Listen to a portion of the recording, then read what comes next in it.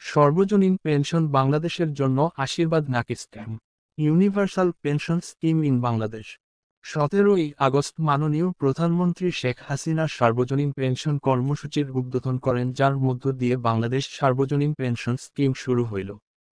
11 চাকুরিজীবী ব্যতীত যেকোনো 18 বছরোর্ধ্ব বাংলাদেশের নাগরিক পেনশন সেবা নিতে পারবে।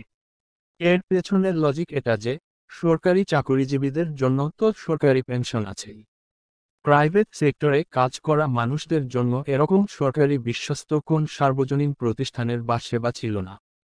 তার মানে সরকারি গেজেট প্রজ্ঞাপন জারির আগে সরকারি ও স্বায়ত্তশাসিত প্রতিষ্ঠানের কর্মচারীরা সরকারি পেনশন স্কিমে অংশ নিতে করতে পারবেন না। এটাতে নিবন্ধন করতে হইলে জাতীয় পরিচয়পত্রই যথেষ্ট। তবে প্রবাসীদের জন্য পাসপোর্ট দিয়েও নিবন্ধন করতে পারবেন। তবে নিবন্ধন কার্যকর করতে হইলে দ্রুততম সময়ের মধ্যে জাতীয় পরিচয়পত্র জোগাড় করে সেটার কপি জমা দিতে হবে। আর নিবন্ধনের প্রসেসটা একদম অনলাইন। যে কোনো বয়সে ব্যক্তি এই স্কিমে নিবন্ধন করতে পারবেন। তবে বয়স 50 বছরের বেশি হলে তাকে আগে টানা 10 বছর চাঁদা দিতে হবে। তারপর তিনি পেনশন উঠাতে পারবেন। মানে, আমাদের আইনের 60 বছর বয়স থেকে পেনশন পাওয়া শুরু হয়। কিন্তু কেউ ধরেন 55 বছর বয়সে নিবন্ধন করল, তাহলে তাকে 65 বছর বয়স পর্যন্ত চাঁদা দিতে হবে, দেন তিনি পেনশন পাওয়া শুরু করবেন 65 থেকে। মোট 6টা স্কিমের কথা সরকার ঘোষণা করেছে, যার মধ্যে চালু আছে 4টা: প্রবাস, প্রগতি, সুরক্ষা, সমতা। প্রবাস হলো প্রবাসীদের জন্য, প্রগতি হলো বেসরকারি চাকুরিজীবীদের জন্য, সমতি মানে ব্যবসায়ী, কৃষক, ফ্রিল্যান্সার, উদ্যোক্তা এদের জন্য হচ্ছে সুরক্ষা। আর সবচেয়ে ইন্টারেস্টিং স্কিম যেটা, সেটা হচ্ছে সমতা। এই স্কিমটা দারিদ্র্যসীমার নিচের বসবাসকারীদের জন্য। অন্য সবগুলোর বিভিন্ন রকমের চাঁদার রেট থাকলেও এখানে রেট একটাই, 1000 টাকা।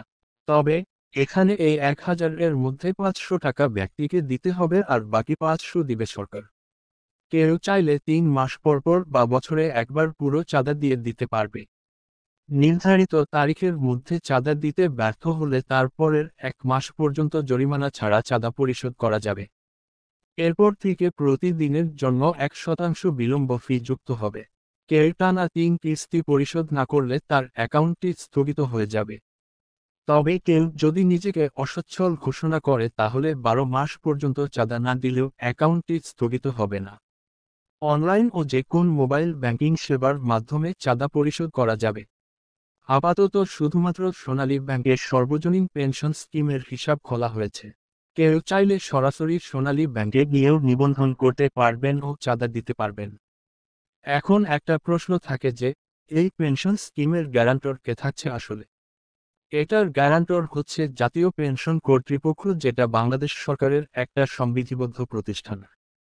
আর প্রত্যেক পেনশনারকে একটা ইউনিক নাম্বার দেয়া হবে, যেটার মধ্য দিয়ে তারা ইউনিভার্সাল পেনশন সিস্টেমের ওয়েবসাইটে ঢুকে তাদের পেনশনের অ্যামাউন্ট চেক করতে পারবেন। আর যদি পেনশনার 10 বছর চাঁদা দেবার আগেই মারা যান তাহলে তার জমাকৃত অর্থ মুনাফাসহ তার নমিনিকে ফেরত দেয়া হবে। কারো যদি পেনশনে জমাকৃত অর্থ কোন এক পর্যায়ে উত্তোলনের দরকার হয় তাহলে সেই সুযোগও থাকছে। তার মোট জমার সর্বোচ্চ 50% অর্থ তিনি আবেদনের প্রেক্ষিতে ঋণ হিসেবে নিতে পারবেন। পেনশনের জন্য প্রতি মাসে জমা দেয়া চাঁদা বিনিয়োগ হিসেবে দেখা হবে এবং সেই অর্থ কর রেয়াতের জন্য বিবেচিত হবে। আর মাসিক পেনশন বাবদ প্রাপ্ত অর্থ হবে আয়কর মুক্ত।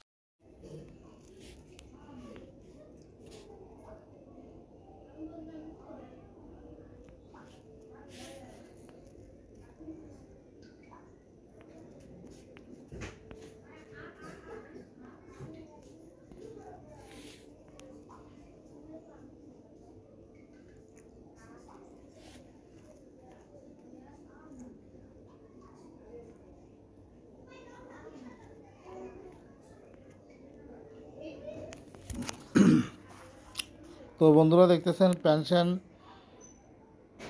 এই যে ইউ পেনশন গভর্নমেন্ট বিডি, এটা বাংলাদেশের একটা ওয়েবসাইট।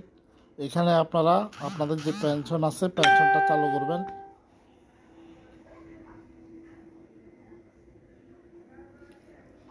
তো আমরা এখান থেকে আমরা প্রথমে এটা সার্চ দিয়ে এই নামে সার্চ দিয়ে বের করব। এরপর আমরা পেনশন রেজিস্ট্রেশন এখানে ক্লিক করব।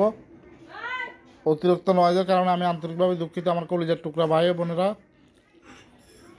এরপর আপনারা রেজিস্ট্রেশন করুন। এখানে আপনারা স্টেপ বাই স্টেপ আপনাদের যে তথ্যগুলো আছে তথ্যগুলো দিয়ে আপনারা আপনাদের যে কাঙ্ক্ষিত অ্যাকাউন্টটি খুলে ফেলবেন। আমার খোলা আছে তাই আর আমি দেখাচ্ছি না। তো বন্ধুরা আমার কিন্তু অ্যাকাউন্টটি খোলা আছে তাই আর আমি খুলতেছি না, আপনারা খুলে নেবেন আপনাদের যে তথ্য অনুযায়ী আপনার যে নমিনির তথ্য দিবেন। এখানে আপনার তথ্য সম্পূর্ণ দিয়ে আপনারা রেজিস্ট্রেশন করে ফেলবেন। আমরা এখান থেকে এখন ব্যাগে চলে যাব। আমি লগ ইন দিব, আমার যে আইডিটা লগ ইন দিব। লগ ইন দেওয়ার জন্য উপরে লগ ইন অপশন আছে দেখতে পাইতেছেন, আমরা এখানে গিয়ে লগ ইন দিব।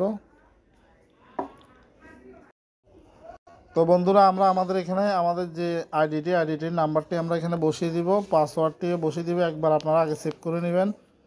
এরপর এখানে যে ক্যাপচা আছে ক্যাপচাটা পূরণ করবেন। আমরা আরেকটা ক্যাপচা নিব, আমরা চেঞ্জ করতে পারবো যদি না বুঝে থাকি। যেমন আমি এটা দিচ্ছি B8H। আমরা এখন লগ ইন দিব, লগ ইন।